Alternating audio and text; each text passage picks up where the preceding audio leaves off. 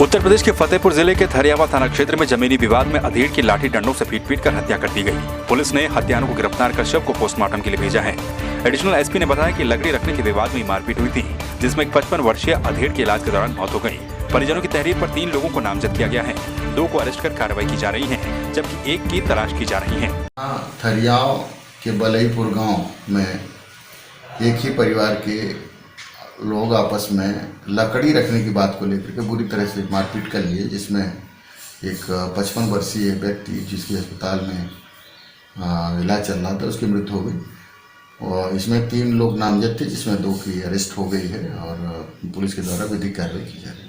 फतेहपुर के थाना थरियावा में 27 मई को पूर्व ब्लॉक प्रमुख राकेश पासवान का शव तालाब के किनारे संदिग्ध हालत में पड़ा मिला था, जिसकी पोस्टमार्टम रिपोर्ट आने के बाद पुलिस की मुश्किलें बढ़ गई हैं। रिपोर्ट में बताया गया कि राकेश की हत्या से पहले वो कोमा में चला गया था। साथ ही उसके सीने, गर्दन और गुप्तांग में चोट के निशान भी पाए गए हैं, जिससे साफ जाहिर होता है कि राकेश पासवान की तालाब के पास हत्या कर दी गई थी। वहीं मामले में मृतक की पत्नी रजनी देवी का कहना है कि पुलिस के ढीले ढाले रवैये के चलते उनके पति के कातिल आजाद घूम रहे हैं, जिन्हें जल्द से जल्द गिरफ्तार किया जाना चाहिए। देवरिया में बकरी चोरी के मामले में पहुंचे पीड़ित को चौकी से चौकी इंचार्ज ने डांटकर भगा दिया। आरोप है कि 30 मई को पीड़ित की बकरियां चोरी कर ली गई थी, जिस पर पीड़ित ने चौकी इंचार्ज को प्रार्थना पत्र देकर न्याय की गुहार लगाई, लेकिन चौकी इंचार्ज के द्वारा आरोपी के एक भाई को पकड़कर चौकी लाया गया, जिसके बाद उससे लेन देन कर छोड़ दिया गया। वहीं दूसरी तरफ पीड़ितों को चौकी से भगा दिया गया, जिस पर पीड़ितों ने अब थाना अध्यक्ष को प्रार्थना पत्र देकर न्याय की गुहार लगाई है। हमारा मामला यही कि हमारे 2 आदमी मिलकर के हमारे बकरी उठा ले गए। उसके बाद से हम जा करके भवानी छापर चौकी पे हम चौकी इंचार्ज को तहरीर दिए। हमार बकरी उठा ले गनी लो, हमने गनी जब पूछे खातिर तो हमने के उल्टा मारपीट लगा दे। किसने मारा आपको? कौन बकरी उठा लेगा? सुनील रहलन, राकेश यादव। किस गांव के हैं वो लोग? दिस्तौली के। तो इसकी शिकायत आपने की चौकी पे भवानी छापर? जी, वो कोनो सुनवाई नहीं भइल। यूपी के बागपत जनपद में सरेआम तिहरे हत्याकांड की वारदात सामने आई है, जहां पहले 2 दर्जन से अधिक हथियारबंद बदमाशों ने गांव में अंधाधुंध फायरिंग करते हुए बीजेपी नेता के बेटे की हत्या कर दी, जिसके बाद हत्या की वारदात को अंजाम देकर फायरिंग कर भाग रहे बदमाशों में से 2 बदमाशों को पकड़ दिया गया और पीट कर उनकी भी हत्या कर दी गई। बताया जा रहा है कि आटे चक्की पर तोड़ को लेकर विवाद हुआ था, जिसके बाद 2 दर्जन से ज्यादा बदमाशों ने बीजेपी नेता के पक्ष पर अंधाधुंध फायरिंग कर दी। देखिए, रमाला थाने के अंतर्गत गाँव बासौली है।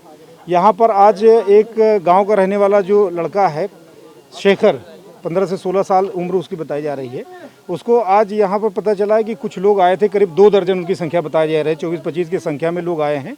और फिर इनका कोई छोटा सा झगड़ा था कल का, जो अनाज पीसा जाता है उसको लेकर के, कि इनके घर पे अनाज पीसा जाता है जो मृतक हैं, और वहाँ से जो अनाज की बोरी थी वो कोई दूसरा उठा ले गया था। लेकिन इसको लेकर के इनके गाँव के कुछ लोग हैं, उनसे कहा सुनी हुई, और उस कहा सुनी को ही रंजिश मानते हुए आज उसने बाहर से आसपास के गाँव से कुछ लड़कों को बुला लिया, और फिर वो लोग तमंचे वमंचे से लैस होकर के यहाँ पर आए और उस लड़के को यहाँ पर बगल में जहाँ पे हम लोग खड़े इसके पास ही उन्होंने गोली मार दी, जिससे कि उस लड़के की मृत्यु हो गई।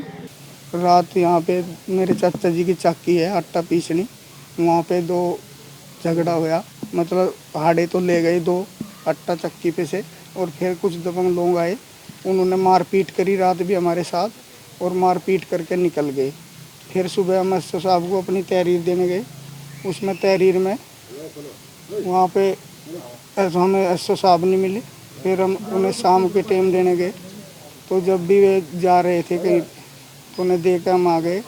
तो शाम को फिर 25-30 बावली के सूप पे और बरवाड़े के लड़के आए, उन्होंने बंदूक, कट्टे, राइफल, कितने हथियार ले रहे थे। मेरे चाचा के लड़कों को काट दिया, मार दिया, सिर फोड़ दिया। मेरे खुद के लड़के का गोली मार दी, उसका बेजल गड़ा, 2 गोली मारी। उत्तर प्रदेश के अमरोहा जनपद के गजरौला में भारतीय क्रिकेट टीम के तेज गेंदबाज मोहम्मद शामी ने एक बार फिर से अपने सहयोगियों के साथ मिलकर प्रवासी मजदूरों की सेवा की और उन्हें भोजन पानी का वितरण किया। आपको बता दें कि क्रिकेटर मोहम्मद शमी लगातार प्रवासी मजदूरों की सेवा में वॉलंटियरों के साथ जुड़े हुए हैं। एक बार फिर से वो अपने वॉलंटियर के साथ गजरौला कस्बे में स्थित राष्ट्रीय राजमार्ग पर पहुंचे, जहां पर बसों के माध्यम से घर लौट रहे प्रवासियों को उन्होंने भोजन और पानी का वितरण किया। मोहम्मद शामी ने इस दौरान प्रवासी मजदूरों को भोजन के पैकेट के साथ साथ पानी की बोतलें भी वितरित की। यार, जैसे आप देखते आ रहे हैं कि जब तक लॉकडाउन स्टार्ट हुआ था तब से हमारे और भी भंडारे वहाँ पे चल रहे हैं, तो अच्छा लोगों को खाना मिल रहा है, पानी मिल रहा है, फूड दे रहे हैं। तो कोशिश यही कर रहे हैं कि जब तक लॉकडाउन चल रहा है हम लोग इसको कंटिन्यू करें, और नई नई जगह पर, नई नई प्लेस पे हम लोग अपने छोटे छोटे स्टॉल्स और मतलब हम सारा अरेंजमेंट कराएं। उत्तर प्रदेश के प्रतापगढ़ में कानून व्यवस्था फेल साबित हो रही है। दबंगों ने एक युवक के हाथ पैर बांधकर उसे जिंदा जला दिया। पुलिस अधिकारियों के सामने घंटों तक उत्पात और आगजनी चलता रहा। ग्रामीणों ने 2 पुलिस की जीप समेत 3 वाहनों में आग लगा दी, जबकि 4 पुलिसकर्मी घायल हो गए हैं। मौके पर आईजी और एडीजी प्रयागराज भी पहुंचे। फतनपुर में ग्राम बुझई में एक अंबिका प्रसाद पटेल नामक युवक की जलाकर हत्या कर दी गई है। इस पर मौके पर जैसे फौती सूचना पर पुलिस यहां पहुंची तो यहां पर कुछ लोगों ने आक्रोशित होकर पुलिस पर पथराव किया और हमारे थाने की 2 गाड़ियों में इसमें आग लगा दी है और एक मोटरसाइकिल से जो चीता पुलिस थी उन पर भी चीता पे भी आग लगा दी है। फिलहाल सिचुएशन अंडर कंट्रोल है और बॉडी को हमने मर्जी भिजवा दिया है। हरदोई जिले के कस्बा शाहबाद के व्यापारियों ने उप जिलाधिकारी शाहबाद के माध्यम से एक प्रार्थना पत्र जिलाधिकारी हरदोई पुलकित खरे को सौंपा है, जिसमें उन्होंने जिलाधिकारी से मांग की है कि अलग अलग श्रेणी में 3-3 दिन के अंतराल में अलग अलग दुकानों को न खुलवाकर प्रतिदिन सभी प्रकार की दुकानों को खुलवाने की अनुमति हो। व्यापारियों का कहना है कि लॉकडाउन के चलते काफी दिनों से उनकी दुकानें बंद हैं। व्यापारियों ने जिलाधिकारी से निवेदन किया है कि व्यापारी सोशल डिस्टेंसिंग का पूरा ख्याल रखेंगे। उन्होंने ये भी निवेदन किया कि व्यापारियों की दुकानें प्रतिदिन खुलने की अनुमति दी जाए।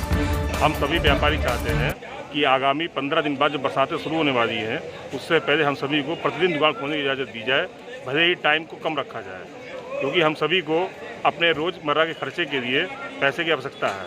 71-72 दिन के लॉकडाउन के बाद सरकार जब कह रही है तो उसमें टाइमिंग की भले पाबंदी हो, लेकिन रोज़ाना दुकान खोलने की इजाज़त दी जाए। सरकार से और सभी प्रशासनिक अधिकारियों से हम लोग का यही व्यापारी को निवेदन है कि कृपया इस बात को ध्यान में रखा जाए और हम लोग को आगे दुकान खोलने की इजाज़त दी जाए।